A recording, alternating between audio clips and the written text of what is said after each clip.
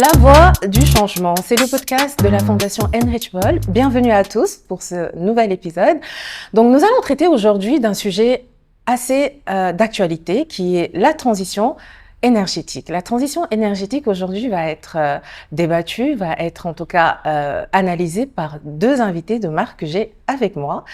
Le premier, qui est le professeur Juma Kobor, donc qui est le directeur général de l'ANER, qui est l'Agence nationale pour les énergies renouvelables.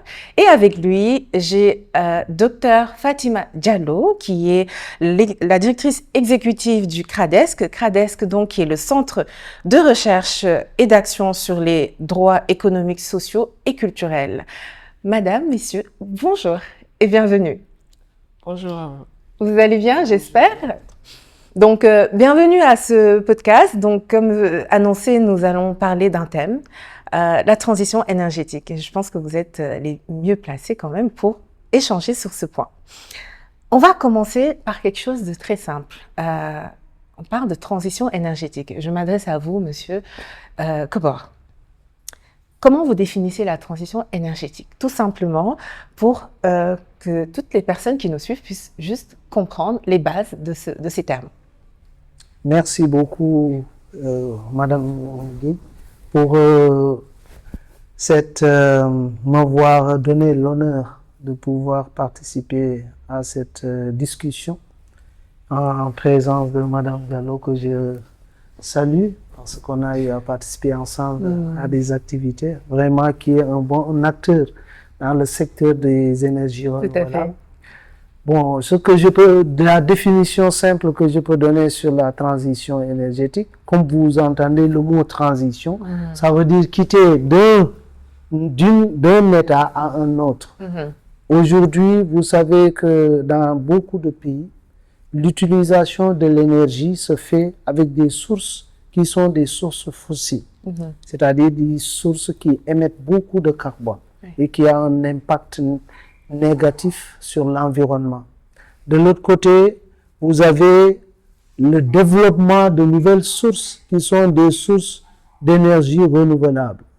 Et c'est là le passage des énergies fossiles à ces énergies renouvelables, c'est ça qu'on appelle souvent la transition énergétique. Excellent. Voilà un peu ce que je peux dire pour cette. Je pense que c'est très clair. Merci pour cette définition. Monsieur Kobor, Madame Diallo, bienvenue. Très heureuse de vous avoir avec nous. Du point de vue des communautés, parce que je rappelle que vous êtes quand même la représentation ici de la société civile.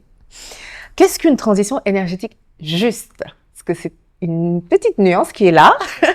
Et pourquoi on insiste sur le terme juste? Merci beaucoup. Permettez-moi avant tout, Madame, de vous remercier et de remercier la Fondation Enrichball, qui est un partenaire aussi de longue date du Centre de recherche et d'action sur les droits économiques, sociaux et culturels que j'ai l'honneur de diriger, de nous avoir associés à ces activités et qui permettront non seulement de communiquer avec le public assez large sur ces questions aussi techniques que la transition énergétique. Je vous remercie aussi de m'avoir permis de partager le plateau avec professeur Kobor, que j'ai eu la chance de côtoyer, comme il le disait, dans le cadre de plusieurs activités du ministère de l'Énergie, du pétrole et des mines, mais aussi même à faire des missions ensemble au niveau de l'international pour voir justement comment d'autres pays africains sont en train de mettre en place leur stratégie de transition énergétique. Et je suis très heureuse d'être ici, surtout en tant que représentante des acteurs de la société civile, parce que je coordonne la plateforme nationale des organisations de la société civile pour la transition énergétique juste, qui dirige d'ailleurs le groupe Justice et Équité. Donc, quand vous me posez la question de transition énergétique juste, nous avons coordonné les travaux du groupe Justice et Équité sur cette question. Pour les communautés, que voudrait dire la transition énergétique juste après la très belle définition qu'a donnée le professeur Kobor?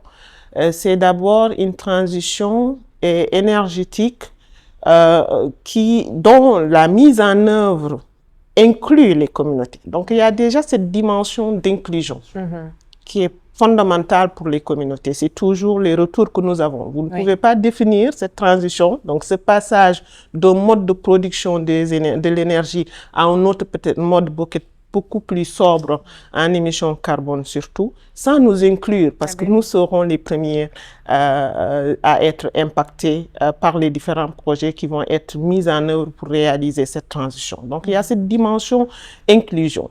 Mais il y a une autre dimension aussi qui est fondamentale, si on veut parler de justice, c'est cette dimension équité dans la redistribution des bénéfices de cette transition. Ça veut dire que ça doit être une transition où chaque acteur, chaque citoyen sénégalais se retrouve en termes de bénéfices. Donc l'accès à l'énergie, même si elle deviendrait sobre en carbone, en fait à travers des stratégies sobres en carbone, doit aussi être ressenti dans les milieux ruraux, dans les milieux les plus défavorisés, et aussi à travers des stratégies et des politiques qui sont particulièrement inclusives et qui essaient de partager de manière équilibrée les bénéfices de cette transition énergétique. Qui dit partage équitable des bénéfices dit aussi, d'une certaine manière, réduire les vulnérabilités que ça pourrait générer sur certains secteurs, sur certains acteurs, et principalement sur les travailleurs et sur les communautés. Donc, globalement, voilà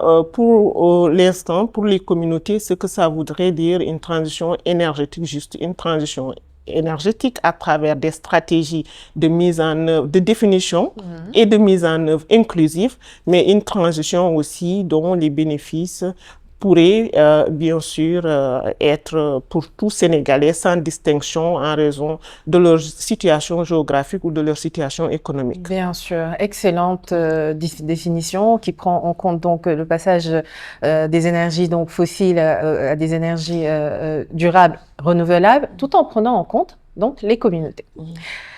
Les grandes orientations actuelles, on va du coup en parler. On ne peut pas ne pas parler du JETP quand on parle de transition énergétique. Donc, le JETP, je rappelle, qui est le partenariat pour une transition énergétique juste. Donc, on reste toujours dans le thème. Aujourd'hui, le Sénégal l'a signé, hein, ce JETP, depuis un moment. Il développe en même temps le gaz. Comment l'ANER, Monsieur Komor, s'inscrit-elle concrètement, justement, dans la mise en œuvre du JETP, tout en tenant compte justement de cette exploitation du gaz? Ça, j'adore cette question. Vous savez pourquoi? Parce qu'en général, je fais partie des gens, des acteurs qui pensent que cette transition énergétique doit être prise en compte au niveau national de manière très, très intelligente. Pourquoi? Parce que tout simplement, nous avons la chance, dans le cadre de nos ressources, de découvrir récemment qu'on dispose beaucoup de gaz, mais aussi de pétrole.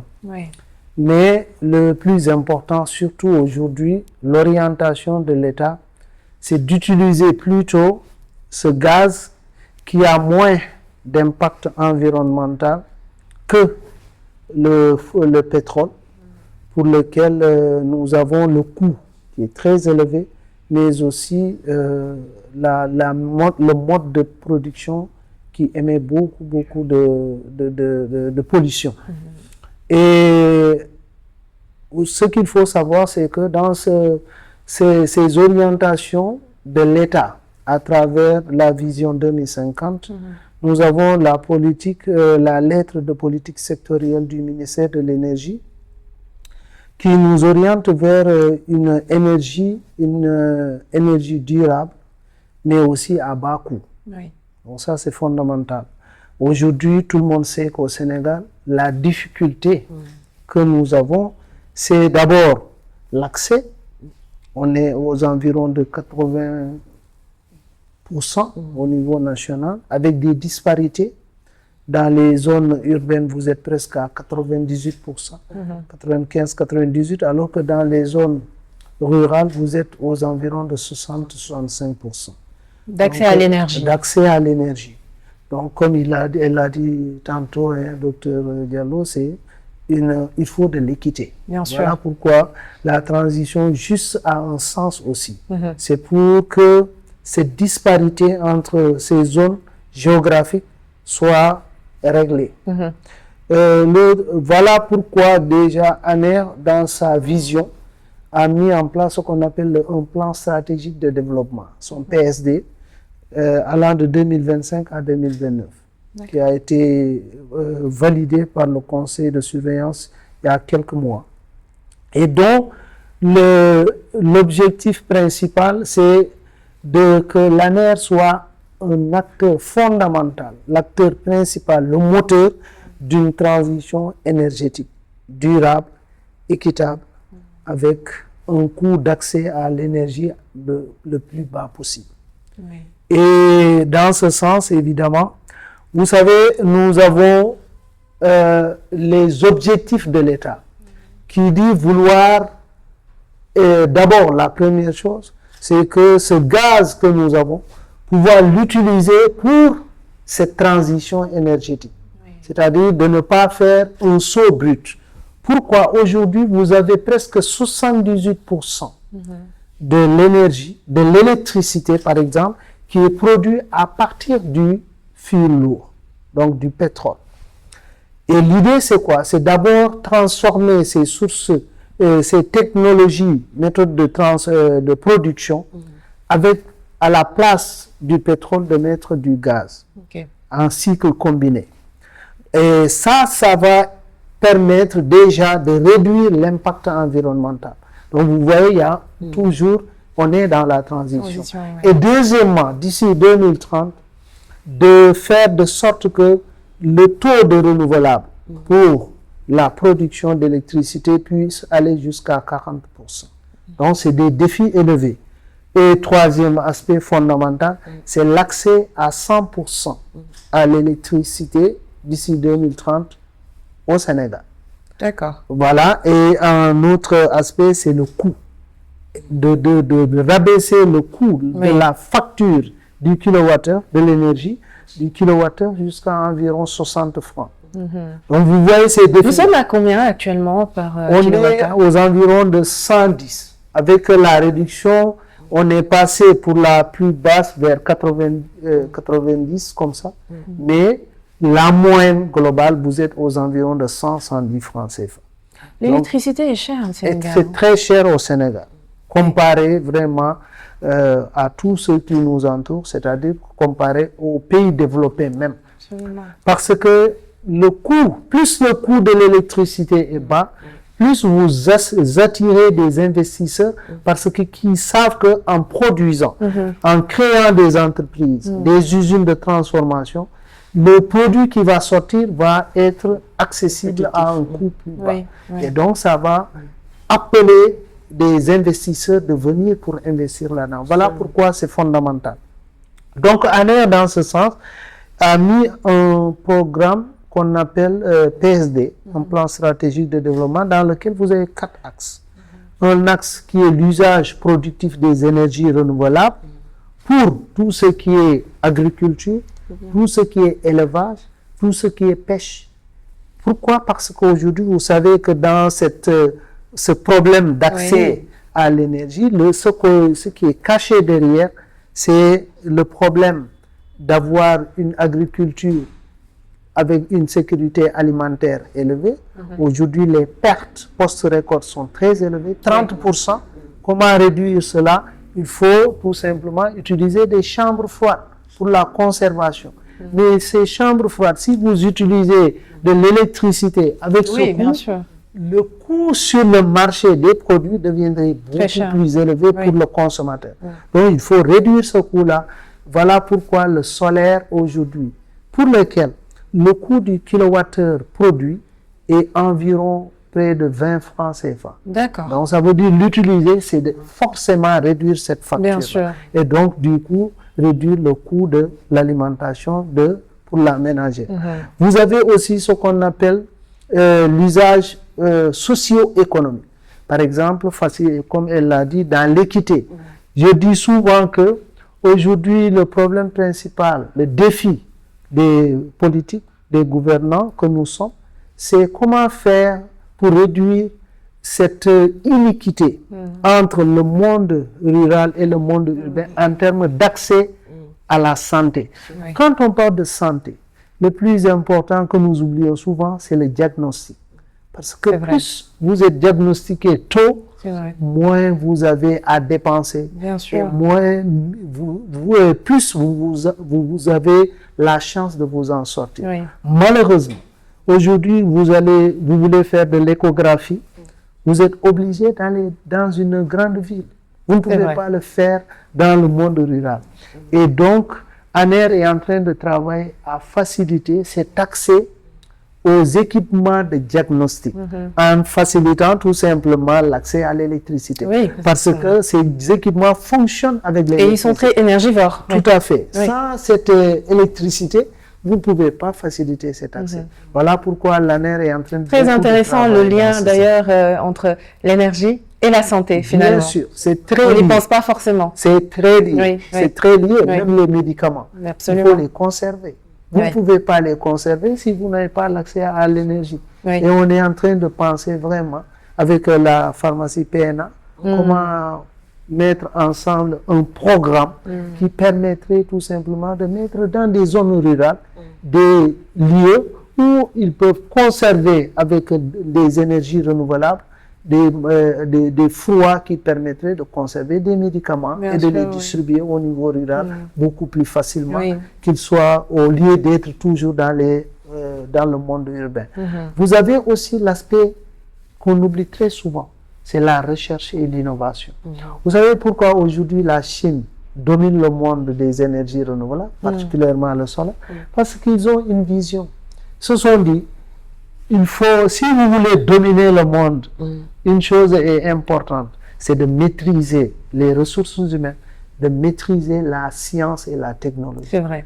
Aujourd'hui, ANER s'est dit qu'il faudrait que nous renforcions cet aspect recherche-innovation pour que nos chercheurs qui développent souvent des recherches, ils ont de bons résultats, mais les gens ne connaissent pas. Comment faire maintenant, prendre ces résultats de la recherche, développer des pilotes, et aller produire ça avec le monde professionnel pour faciliter, pour que nous maîtrisions nous-mêmes ce qu'on appelle la souveraineté technologique. Bien sûr. Aussi, on n'en parle Très jamais. Important. Et pourtant, c'est fondamental. Absolument. Il faut de la souveraineté technologique. Et ANER est en train vraiment de travailler dans ce sens.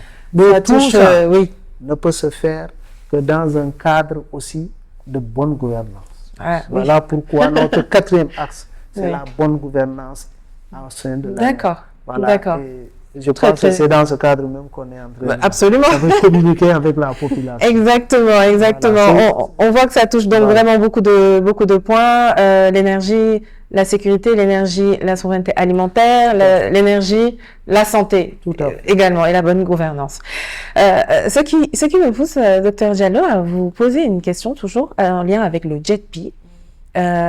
Sachant bien sûr toutes les opportunités qu'il y a à travers ce projet, mais aussi des risques pour certains territoires. D'après votre expérience jusqu'ici, quelles sont les premières préoccupations justement qui vous sont remontées à cette heure? Très bien. Merci pour cette question qui est très pertinente. Vous me permettez d'ajouter deux points sur ce qu'a dit professeur, qui est particulièrement intéressant, surtout dans nos interactions avec les communautés, avec les autres, même les acteurs territoriaux. Ce qu'il a dit par rapport à la santé. Et il a raison, on n'y pense pas très souvent. Le retour, par exemple, quand on a fait beaucoup d'activités avec les collectivités territoriales, et je vais revenir sur une des préoccupations du JETP, c'est le fait d'avoir quasiment occulté les collectivités territoriales, ce qui est une limite vraiment qu'il faut corriger le plus rapidement possible. Mais la plupart des élus locaux, qui essaient de mettre en place, par exemple, des projets de développement à travers des partenaires internationaux. Et là aussi, c'est un appel envers l'État pour davantage s'impliquer dans l'appui aux collectivités locales pour les projets de développement. Ils vous disent, on arrive à avoir des partenariats, par exemple, avec des municipalités d'autres pays, pour mettre en place des cases de santé, pour mettre en place des infrastructures sanitaires et autres. Mais on va jusqu'à des phases de conclusion et après on dit, mais vous ne pouvez même pas le mettre parce qu'il n'y a pas l'électricité dans votre village.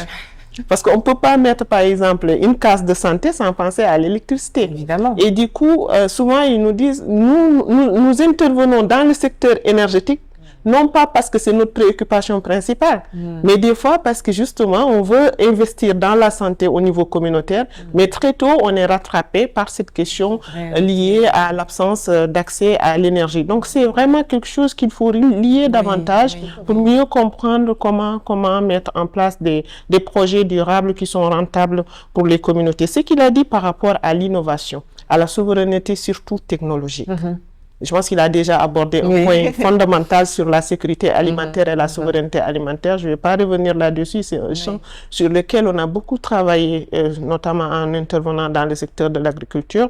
Mais sur la souveraineté technologique, le mois dernier, il y a un rapport qui est sorti qui montrait que, par exemple, la Chine, il a abordé la question de l'exemple de la Chine, que cette année, la Chine a eu plus de bénéfices à travers l'exportation de sa production ou de ses différents produits composants pour le développement des énergies renouvelables que les États-Unis n'ont eu de bénéfices par rapport à ces exportations de produits pétroliers. Ça veut dire qu'au niveau de la chaîne internationale déjà, il y a une compétition assez rude sur laquelle il faudra prêter attention pour s'arrimer et surtout pour tirer aussi des bénéfices de cette compétition internationale et jouer le rôle pleinement. Et cela ne peut se faire qu'en mettant l'accent sur le transfert de technologie. Technologie, très important. Pour ma part, et je le dis dans beaucoup d'espaces, tous ces projets, partenariats internationaux et autres pourraient à un moment donné devenir quasiment, en tout cas pas très optimaux en termes d'utilisation ou de saisie d'opportunités si on ne veille pas à la maîtrise technologique. Donc, on ne travaille pas vraiment sur les questions de transfert de technologie pour que nous aussi, nous puissions les maîtriser. Ça, c'était juste pour rebondir un peu sur ce qu'il a dit qui est vraiment important. Et c'est très fondamental de voir que, c'est très apprécié de voir que l'ANER met cela au devant dans ses différents programmes, notamment dans son plan stratégique et ses différents plans opérationnels. Maintenant, pour ce qui concerne les GETPI et les préoccupations, j'ai abordé tantôt le défaut ou en tout cas la faible implication des collectivités territoriales. Je pense que ça, c'est une limite fondamentale qu'il faut régler. Nous avons déjà essayé d'alerter le ministère de l'énergie, du pétrole et des mines à travers la direction de la transition énergétique, à travers tous les acteurs qui sont en train plus ou moins de travailler autour du GETPI pour que les collectivités locales soient plus impliquées. Et pour le faire, nous avons eu à réunir ici à Dakar 80 élus locaux pour aborder la question du GETPI et le résultat de la mairie de Dakar à celle de Kédougou, en impliquant bien sûr les différents ARD, c'est que oui, mais vous parlez de GETPI, mais on ne sait même pas de quoi vous parlez. Et ça, c'est un problème. Il faut vraiment qu'on essaie de le résoudre parce que je pense que les collectivités locales constituent les espaces où vont se dérouler ces différents projets finalement. Et les collectivités locales ont un rôle vraiment à jouer. Et j'étais avec professeur Kabora en Afrique du Sud. Je pense que un des exemples de la municipalité de Cape Town, et c'est différent aussi déjà du point de vue institutionnel et du point de vue juridique, de leur côté en termes de la capacité des collectivités locales à produire de l'électricité. Je pense que c'est déjà même une garantie constitutionnelle à leur niveau. Nous, on n'est pas encore à ce stade, mais au moins en termes de gouvernance et de mise en œuvre, on peut davantage impliquer les collectivités locales. L'autre question par rapport, comme vous parlez des limites du GETPI, c'est aussi le modèle financier. Le modèle financier, il faut qu'on en parle. Bien sûr. Parce que vous avez posé tout au début une question qui est celle de que veut dire juste quand on parle que veut dire la justice quand on parle de transition énergétique. Avant que la justice, dans le concept de la justice dans la transition énergétique ne soit abordé au niveau communautaire, ça a déjà d'abord été abordé au niveau de la scène internationale. Et qu'est-ce que ça voulait dire? La transition énergétique était un concept quelque part qui s'est aussi développé dans les grands débats sur le climat. Effectivement. Et donc la question de la justice climatique est à la base de toutes ces logiques de partenariat, de diplomatie climatique et autres. Exactement. Et l'idée, c'était que les pays qui ont plus contribué au réchauffement et au changement climatique puissent aider les pays qui ont moins contribué, mais qui subissent quand même plus les effets négatifs de ce changement climatique, puissent être soutenus. Pas dans une logique de dépendance absolue économique, parce qu'il faut aussi qu'on soit en logique. Oui, évidemment. Au Sénégal, on ne peut pas dire on veut la souveraineté alimentaire, on veut la souveraineté technologique, mais il faut aussi qu'on aspire à la souveraineté financière et économique. Mais en attendant cela, l'idée déjà dans la notion de justice climatique, c'était effectivement que la transition énergétique à travers les différents partenariats, notamment le JETP, puisse faciliter, puisse apporter un appui aux pays les moins développés, notamment un pays comme le Sénégal, qui est le 5e pays à avoir le JETP au monde, et le 2e en Afrique après l'Afrique du Sud, à pouvoir faire face au changement climatique et aux effets, à ces différents effets néfastes sur sa population et les communautés de manière particulière. Mais cela donc devait se faire selon un modèle suivant un équilibre économique différent. Mais aujourd'hui, le modèle financier qu'on voit, c'est que c'est un modèle qui est presque business as usual. Donc, c'est un modèle basé sur des prêts, même si on dit à des taux concessionnels, mais quand même, ça reste à plus de 77%, c'est encore des prêts. Donc, le gouvernement sera obligé de rembourser à ses différents partenaires qui sont l'Allemagne, la France, la Grande-Bretagne, l'Union européenne et même la Banque africaine, je pense, d'une certaine manière. Mais le problème aujourd'hui, c'est que si c'est tel modèle qu'on met en avant, et qu'on reprend notre contexte national où déjà la dette est un grand débat, jusqu'où, par exemple, ce JETP va être rentable pour le Sénégal. Et c'est pourquoi, pour ceux qui sont sceptiques vraiment par rapport à la transition énergétique de manière générale, et même qui pensent qu'on devrait davantage exploiter notre gaz et notre pétrole pour développer le pays, du coup, le JETP n'est pas attrayant. Non. Mais c'est pas ça la lecture que nous voulons faire. Nous voulons juste que le modèle économique puisse être révisé en vue de rester dans les grands principes de la justice climatique qui ont été à la base même de ces genres de stratégies au niveau international et veiller à ce que aussi les États ne soient pas encore plus endettés qu'ils ne le sont aujourd'hui pour pouvoir réaliser leur transition énergétique. Donc ça, c'est un appel déjà. C'est la question du modèle financier. L'autre question aussi sur laquelle il faudrait qu'on discute de manière très ouverte, c'est la question de gouvernance. Nous avons eu la chance de voir les JETP des autres pays, bien qu'on ne soit pas, bien sûr, des ministères et autres. Moi, j'ai eu des réunions même avec l'équipe de climat du secrétaire général des Nations Unies à New York sur ces questions lors de la préparation de cette COP. Tout ce qui ressort des différents JETP, c'est une gouvernance forte du partenariat. Et souvent, ce n'est même pas logé au niveau des ministères et autres, c'est logé directement au niveau de la présidence ou bien au niveau des primatures. Donc, il est important que le JETP puisse vraiment avoir toute son impact, qu'il y ait une gouvernance renforcée du système. On a pour l'instant un copil, on a une direction, mais il faut que le modèle de gouvernance du JETP soit encore davantage renforcé et des ressources humaines soit affecté pour que le projet puisse démarrer et évidemment si je dis le projet puisse démarrer jusque-là en termes de mise en œuvre on est encore à la traîne. Absolument. Donc ça aussi on interpelle que ça soit le ministère et l'ANER aussi qui est impliqué, le ministère de l'énergie, le gouvernement de manière globale mais aussi ses partenaires parce que les partenaires aussi ont un rôle fondamental à jouer. Un dernier aspect, il y a plusieurs aspects bien sûr, mais je vais revenir sur ce qui me paraît le plus important parce que là on est avec l'ANER et il parle beaucoup des usages productifs. Dans le JETP, si vous regardez par exemple le nexus eau, agriculture, énergie, parce qu'il a parlé de l'agriculture, il a parlé des autres secteurs, sur quasiment la cagnotte de 10 millions, je retire, permettez-moi le mot cagnotte, mais le montant de 10 milliards qui est recherché, le 2,5 milliards, c'est ce qui est promis, entre guillemets, mais ce qui est recherché pour qu'on puisse vraiment à mettre en œuvre le plan d'investissement, c'est presque 10 milliards.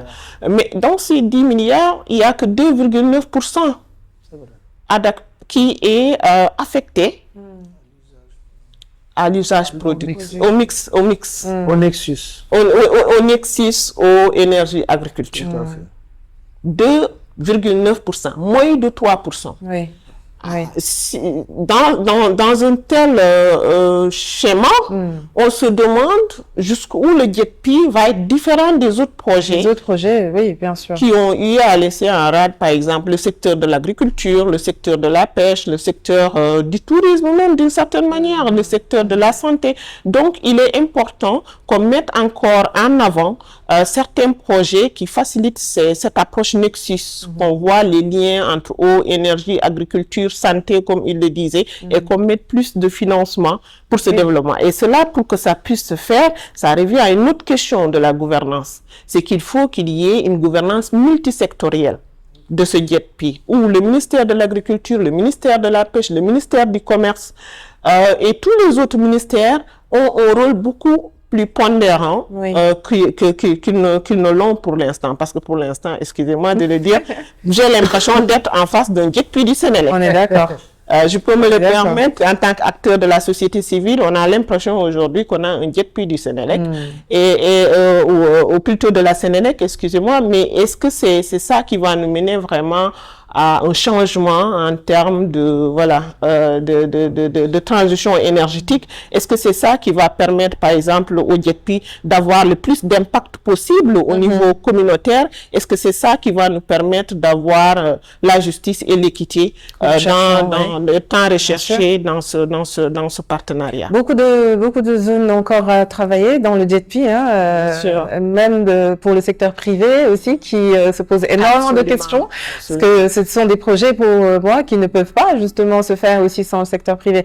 Mais déjà, en parlant des communautés, en parlant des territoires et en tout cas des contraintes et des choses qui ne sont pas en tout cas communiquées de manière transparente, on se demande aussi pourquoi, est-ce que c'est pas pour ça finalement qu'ils ne communiquent pas, parce qu'il y a énormément de choses à faire en amont qui ne sont pas encore faites. Et c'est un message aujourd'hui donc qu'on lance, vous qui nous regardez, dirigeants qui nous regardez, l'État du Sénégal aussi.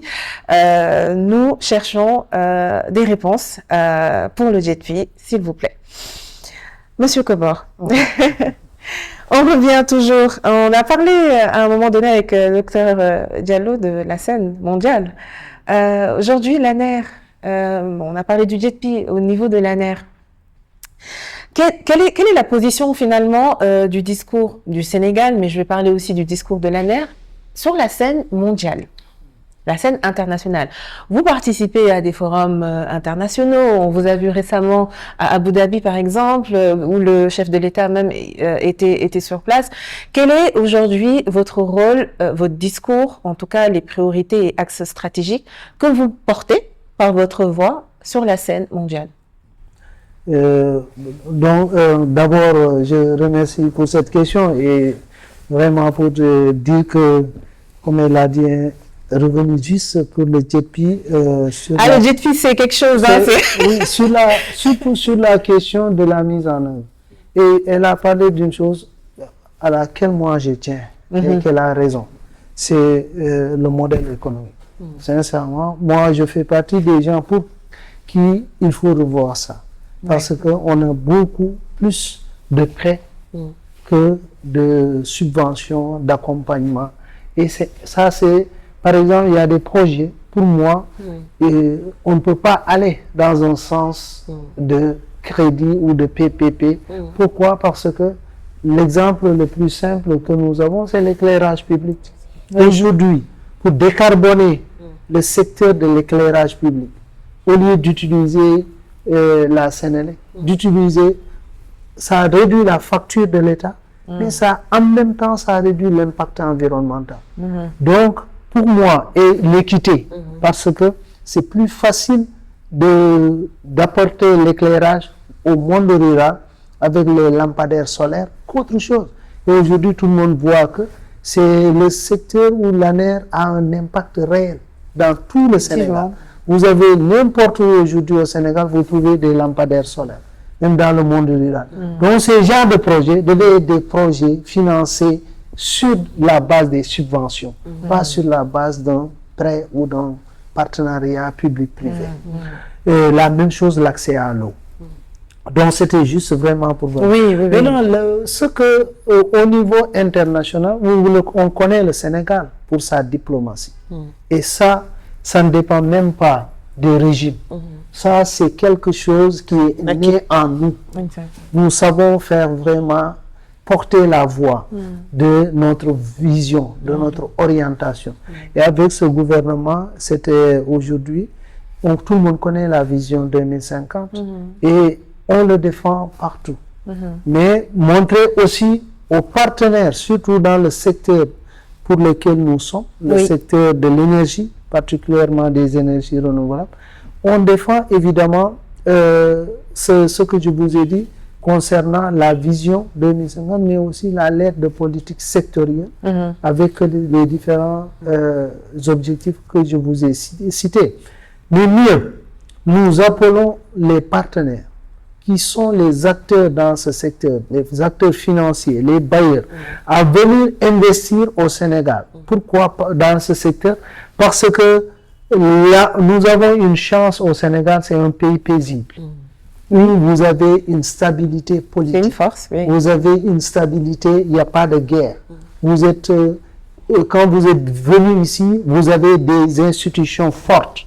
Vous avez des règlements, des textes réglementaires qui sont connus. Il y a un cadre. Il y a un cadre, déjà là. Exactement. Vous avez un cadre réglementaire qui puisse vous aider à sécuriser votre investissement. Ça, c'est un avantage. L'autre avantage, c'est aussi de leur dire que vous avez une ouverture sur l'Afrique. Parce qu'aujourd'hui, dans le cadre même de la CEDEAO, avec ce qu'on appelle le réseau interconnecté, vous avez la possibilité de vendre de l'électricité à la Guinée-Bissau, à la Gambie, à la Guinée, au Mali, à travers le Sénégal. C'est un atout. Et vous avez une stabilité en même temps. Donc, nous montrons aux partenaires vraiment que le Sénégal est un pays qui reste accueillant, dont, malgré le coût de l'électricité quand même, qui reste un pays où votre investissement est sécurisé.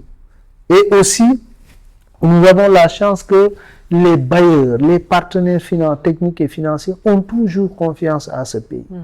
La preuve, c'est que tout appel qu'on fait, que ce soit du côté de l'Occident ou du côté de l'Est, etc., nous avons souvent des engagements qui nous viennent de partout.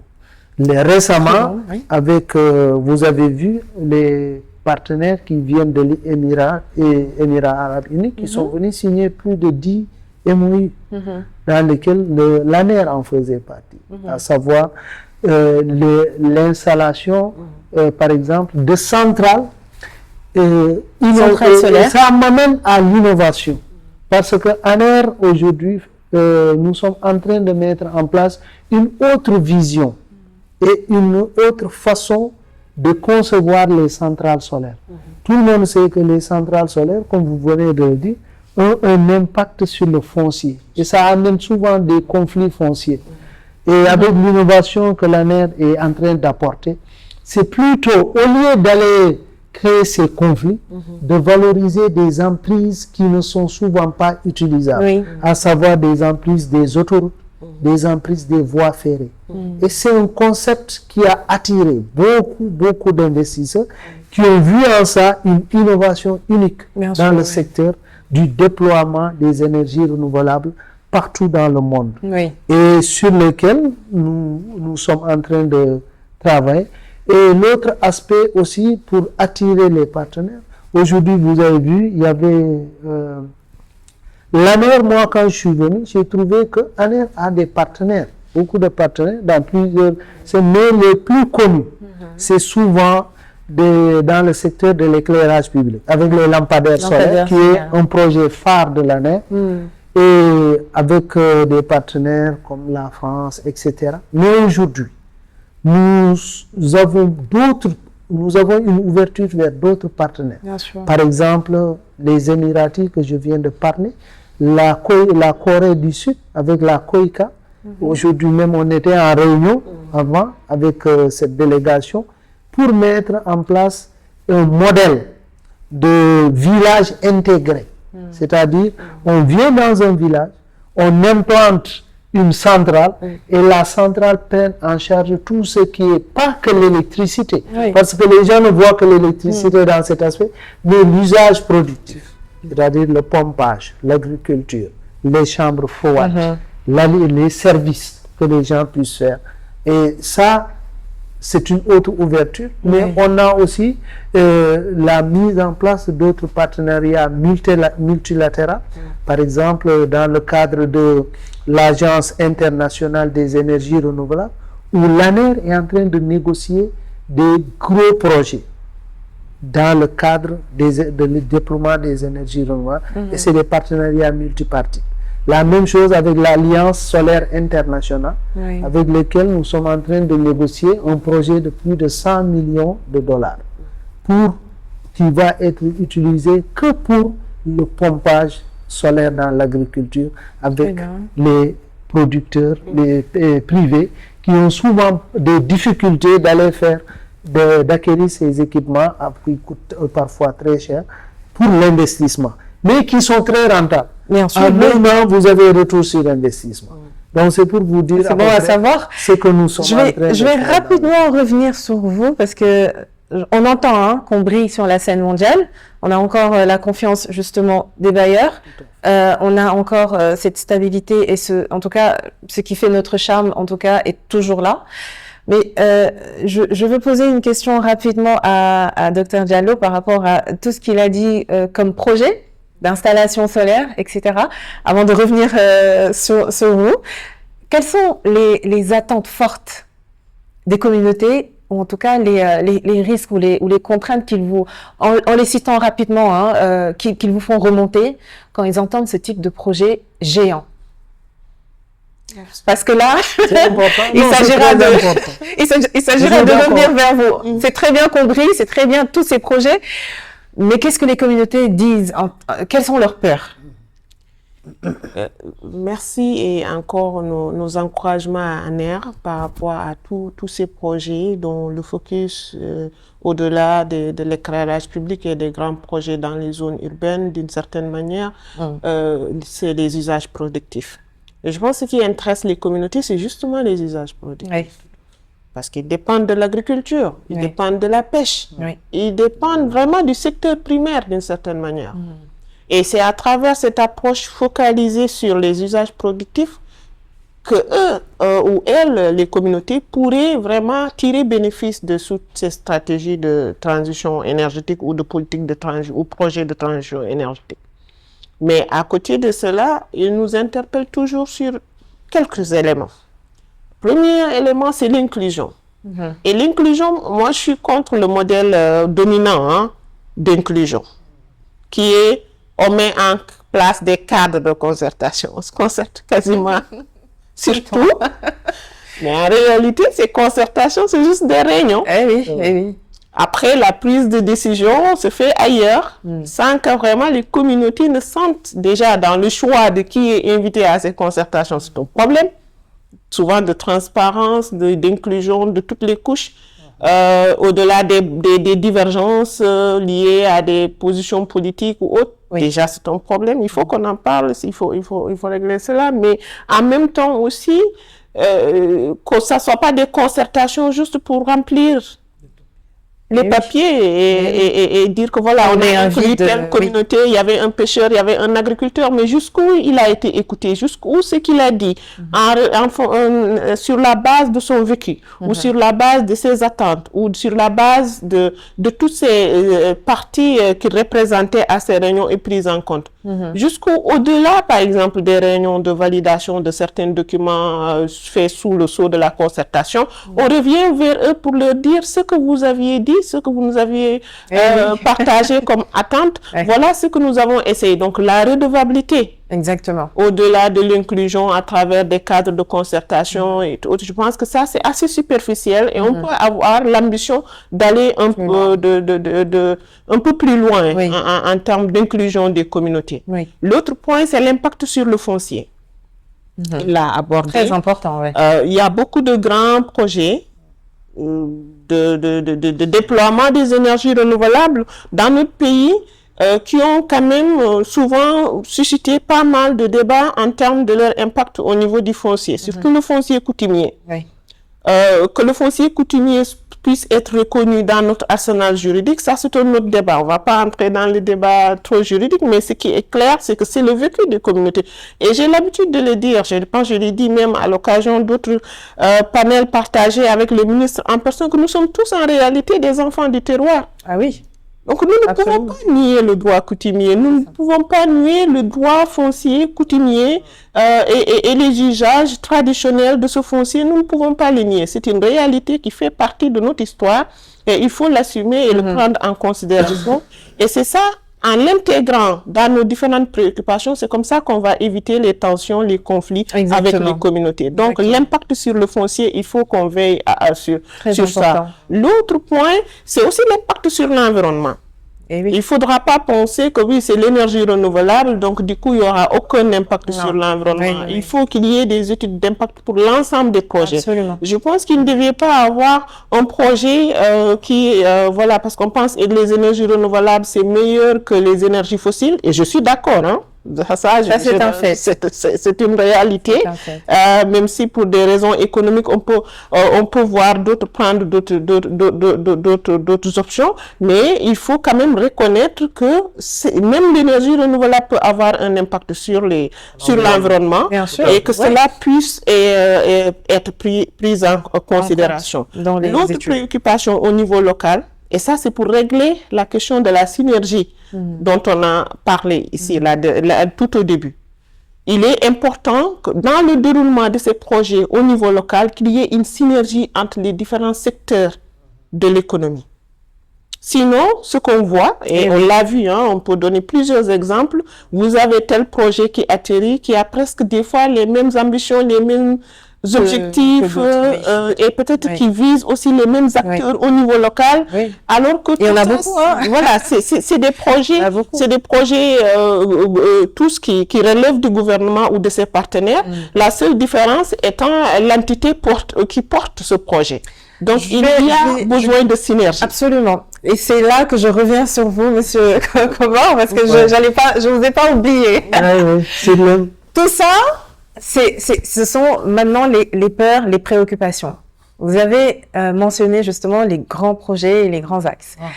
Sa façon de briller dans la scène mondiale du Sénégal. Mais on se rend compte que pour travailler, par exemple, venant du secteur privé, hein, parce que on connaît la réalité, il y a cette réticence à travailler avec le secteur public. Pourquoi? Les lenteurs. Les procédures. Ce qui me ramène sur ce que dit Dr Diallo. Parfois, ils sont obligés d'y aller de manière autonome parce qu'ils se rendent compte que concrètement, il est très difficile d'avoir des synergies quand on ne va pas à la même vitesse, sachant qu'on est tous les deux, par exemple, des secteurs qui visent l'impact.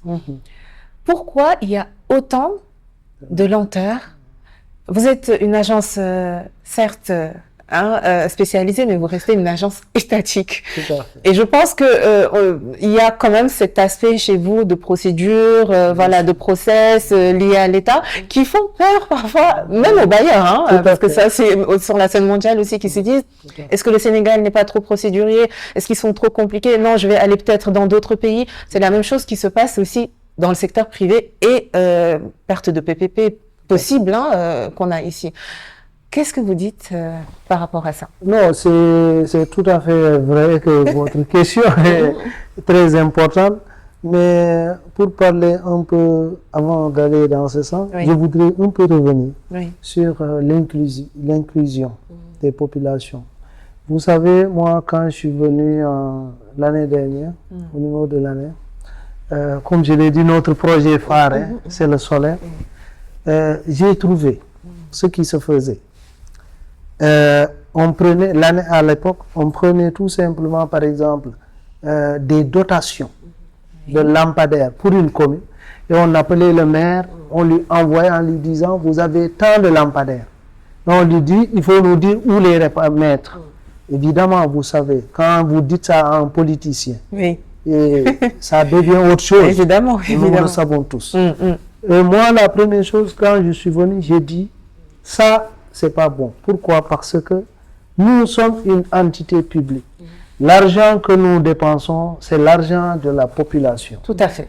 Qu'elle soit une population qui soit avec moi ou avec quelqu'un d'autre, c'est le même, ils dépensent le même argent. Donc, je ne vois pas pourquoi c'est au maire que vous... Donc, il était exclu, la population était exclue, mais aussi même les autorités, l'administration territoriale n'était même pas au courant.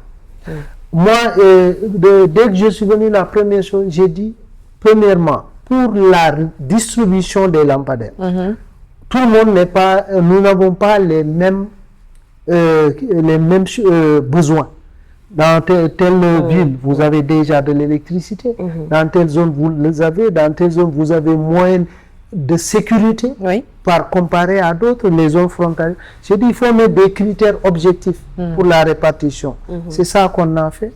Deuxième, créer des commissions de répartition dans chaque commune. D'accord. Avec un arrêté du gouverneur. Et c'est ça qui a été fait.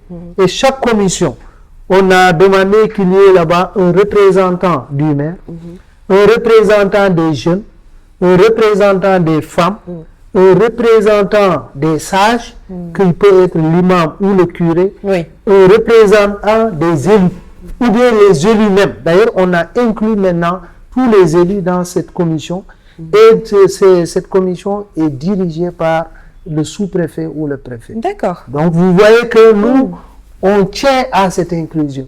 Et c'est pourquoi même lors de à l'Assemblée nationale, ANER a été plébiscité en termes d'inclusion par les députés.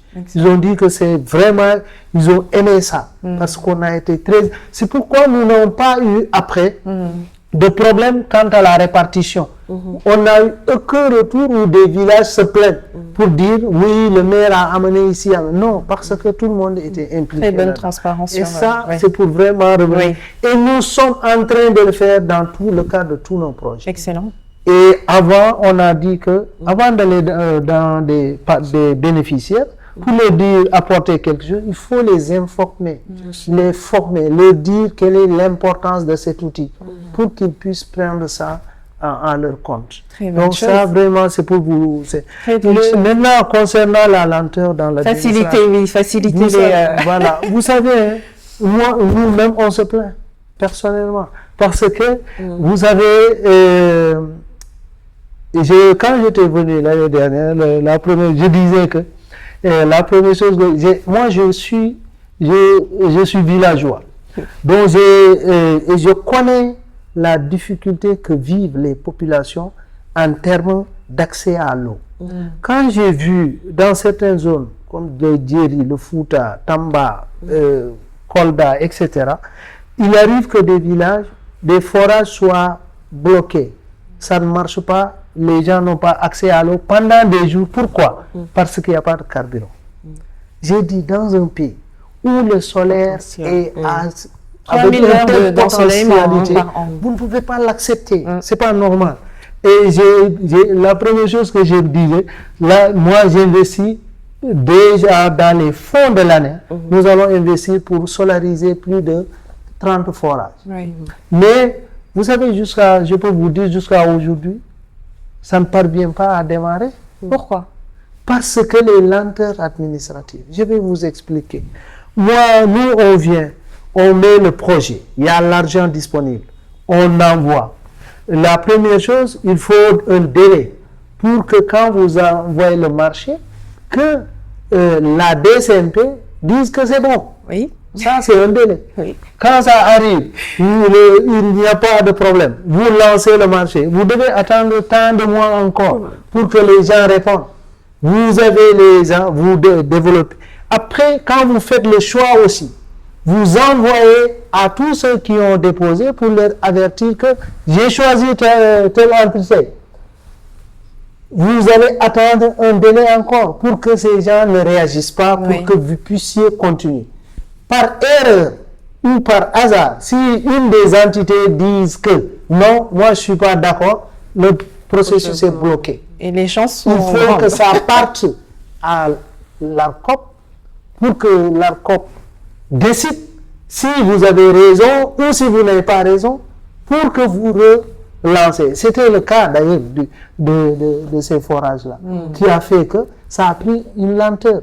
Et donc aujourd'hui, c'est finalement, ça fait presque un mois qu'on a lancé et qu'on a validé on a signé le contrat, celui qui a gagné le marché est en train de faire le travail qu'il faut pour avoir l'acquisition. Et vous oubliez ce qu'on appelle l'acquisition parce que lui aussi, quand vous lui dites allez-y, vous pouvez commencer, il va vous demander au moins 3 mois.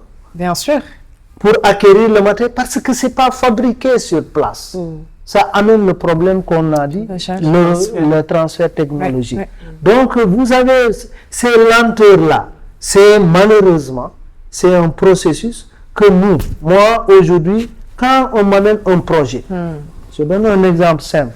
J'ai un projet sur les chambres froides, ou bien les forages ruraux, la solarisation de tous les forages ruraux, qui fait partie d'un des projets phares de l'année. Parce que moi, quand je suis venu, j'ai dit, mais pourquoi être là à solariser 10 forages, 20, 30 Nous solarisons tous les forages du pays. Bien sûr, et les gens un grand projet national. Et ça, OFOR, en collaboration avec OFOR, on a signé déjà une convention. Mais après, on va vous dire, vous n'avez pas le droit de choisir, parce que j'ai des bailleurs qui viennent en me disant, moi je finance ce projet. J'ai l'argent, j'ai tout. Si vous me laissez, je finance. Alors, derrière, les textes vous disent, vous n'avez pas le droit de choisir telle personne comme ça. Il faut que vous fassiez maturer d'abord le projet. Donc, ça doit passer par l'État, le ministère des Finances. Notre ministère d'abord, qui va dire c'est bon. On passe au ministère des Finances, de l'économie, qui regarde, qui dit ok, le projet est bon, qui fait leur étude pour dire c'est mature maintenant. On l'inscrit maintenant dans la loi de finances pour que vous puissiez penser maintenant à dérouler.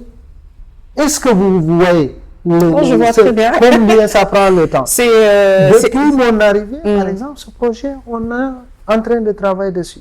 Mais c'est lenteur administrative. Pour moi, il est important, comme il a dit, d'avoir une procédure rapide qui va faciliter la mise en œuvre de certains projets phares pour l'État, comme l'accès à l'eau.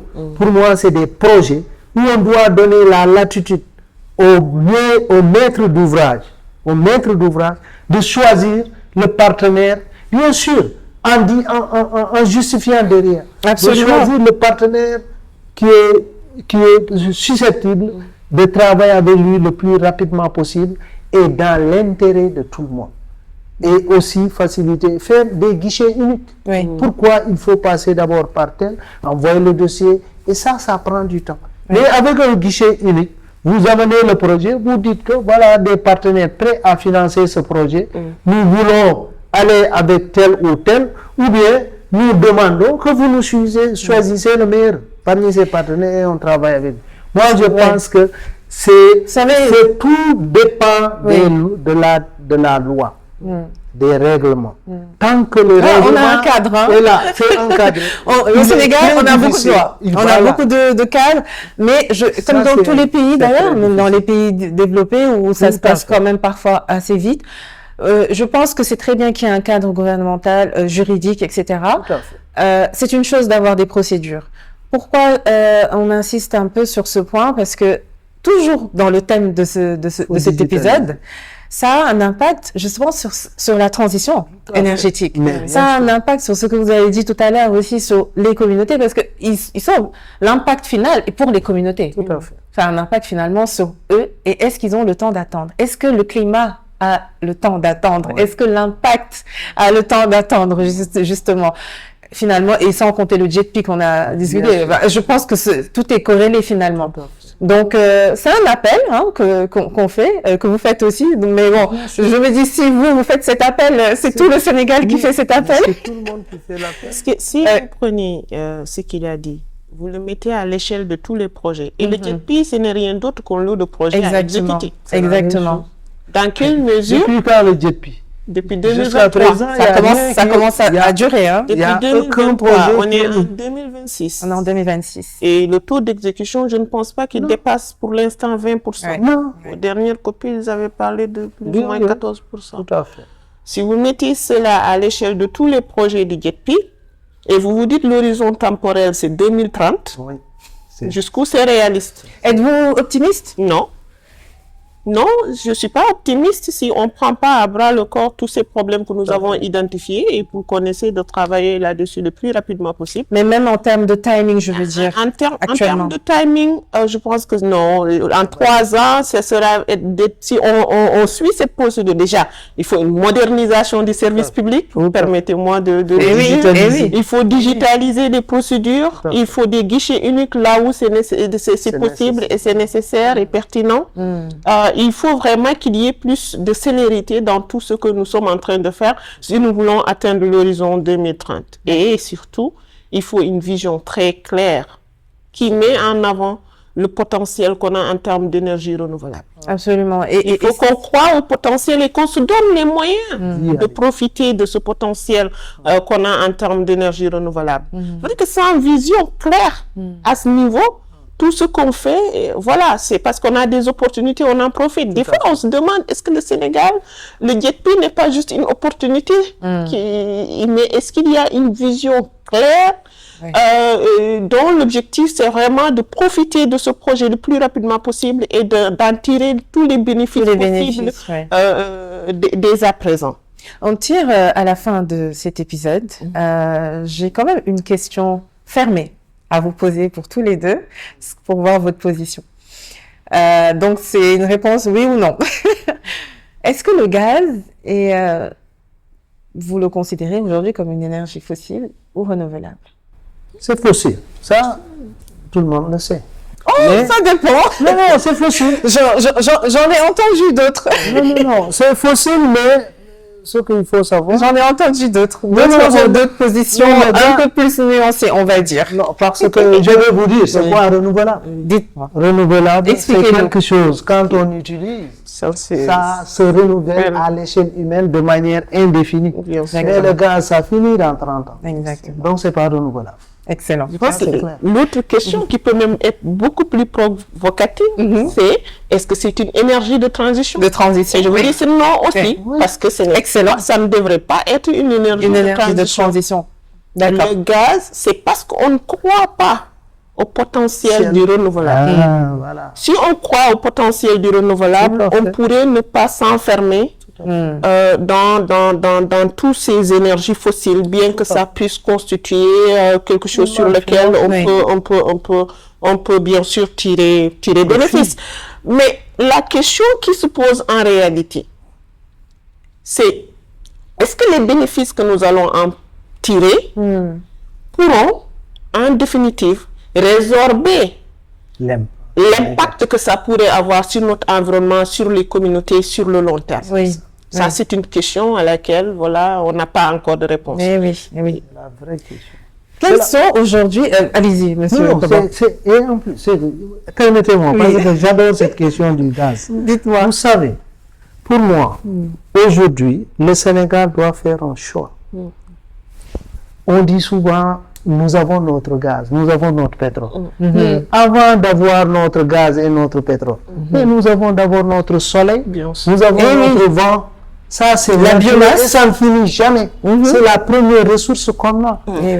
Pour moi, c'est une question d'intelligence.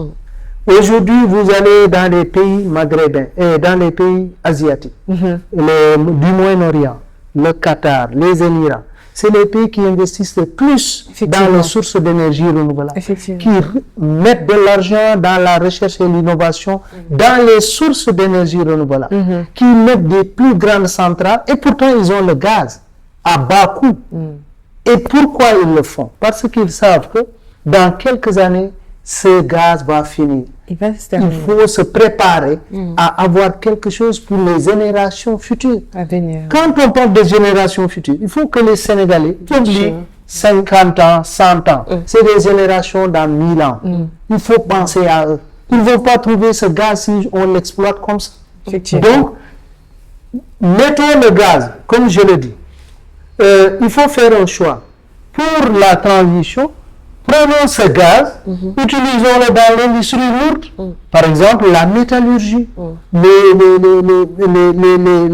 les industries qui font des céramiques, etc. Parce que ça demande plus de l'énergie thermique que l'énergie électrique. Mais par contre, pour moi, tout ce qui concerne l'électricité, on doit s'orienter vers le renouvelable. Et c'est faisable. Je défie quiconque. Aujourd'hui, vous nous donnez au Sénégal, on bascule la journée dans les normes. Si on nous le permet, on bascule la journée au renouvelable sans toucher à aucune source fossile. Et c'est possible. Excellent. C'est très facile. Absolument. Et ça coûterait beaucoup moins cher. Parce que ça va réduire le coût de l'énergie de production de plus de 80 francs actuellement dans ce qui est fait, jusqu'à 20 francs. Mais oui, il faut quand même quelque chose d'accessible, parce que là... Les pays l'ont fait. Le Portugal a basculé en une journée au renouvelable. D'autres pays l'ont fait. Pourquoi nous, on ne peut pas le faire? Donc, vous êtes optimiste pour 2030? Personnellement, je dis, c'est tout simplement la volonté politique. Si vraiment la volonté politique veut qu'on aille vers ça, demain, on peut le faire. On compte sur vous pour justement le JETP. C'est le problème principal. C'est vraiment c'est le JETP. Pour moi, il faut que les gens facilitent et revoient le modèle économique et facilitent les procédures. C'est pas que les Sénégalais, c'est des bailleurs parfois qui rendent difficile et nous leur demandons de nous faciliter ces procédures pour que cet argent-là puisse être utilisé dans la transition énergétique. Pas que pour le gaz. Pour moi, le gaz, c'est plus un moyen d'utiliser dans l'industrie. Je suis parfaitement d'accord. L'industrie lourde, mais pour l'électricité de grâce, tournons vers des sources d'énergie renouvelables. Donc optimiste sous réserve justement qu'il y ait cette facilitation dans les procédures de toutes les parties prenantes qui constituent le JETP et aussi de l'État et aussi du Sénégal tout simplement. Il s'agit de toute façon pour tout. Il s'agit de la vision et d'une volonté vraiment affirmée. Et pour dire Madame Diallo, Docteur Diallo, la vision aujourd'hui, en réalité, l'État ainsi que nous les exécutants, nous avons une vision claire de ce que nous voulons. Évidemment, après les choses, comme vous le savez, c'est les acteurs. Est-ce que les acteurs font ce qu'ils doivent faire pour aller à cette vision? C'est ça la vraie question. Voilà. Merci en tout cas pour cette anecdote et surtout ces mots très, très forts. Madame Diallo, en tant donc que directrice exécutive de ce centre de recherche CRADESC, en tant que femme, en tant qu'experte, quels sont vos derniers mots pour cet épisode? Quelles sont vos recommandations finales? Alors, mes recommandations, c'est vraiment que l'ensemble des parties prenantes, comme il l'a dit, travaillent en synergie pour qu'on avance.